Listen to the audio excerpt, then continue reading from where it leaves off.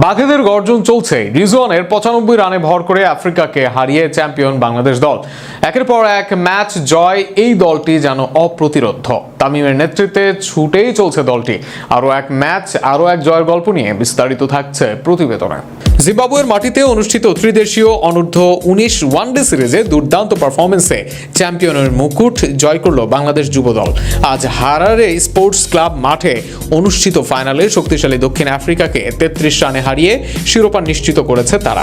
Bat ও বল দুই বিভাগেই আলো ছড়িয়েছেন রিজওয়ান, যিনি 95 রান করার পাশাপাশি নিয়েছেন 5টি উইকেট। টসে হেরে ব্যাট করতে নেমে 41 রানের উদ্বোধনী জুটি পায় বাংলাদেশ। তবে 65 রানের মধ্যে দুই ওপেনার ও অধিনায়ক সহ 3 উইকেট হারিয়ে চাপের মুখে পড়ে দলটি।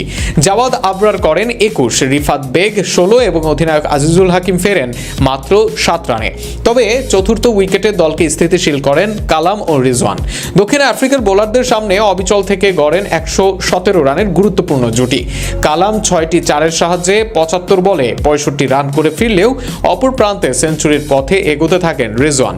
দুর্ভাগ্যবশত সেঞ্চুরি থেকে মাত্র 5 রান দূর থেকে আউট হন তিনি।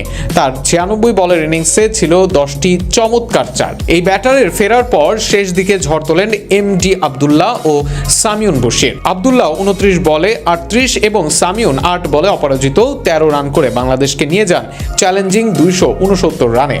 270 রানের লক্ষ্য তাড়া করতে নেমে শুরুটা বেশ ভালোই করে দক্ষিণ আফ্রিকা। 2 উইকেটে 110 রান তুলেই ম্যাচ শক্ত অবস্থানে ছিল তারা।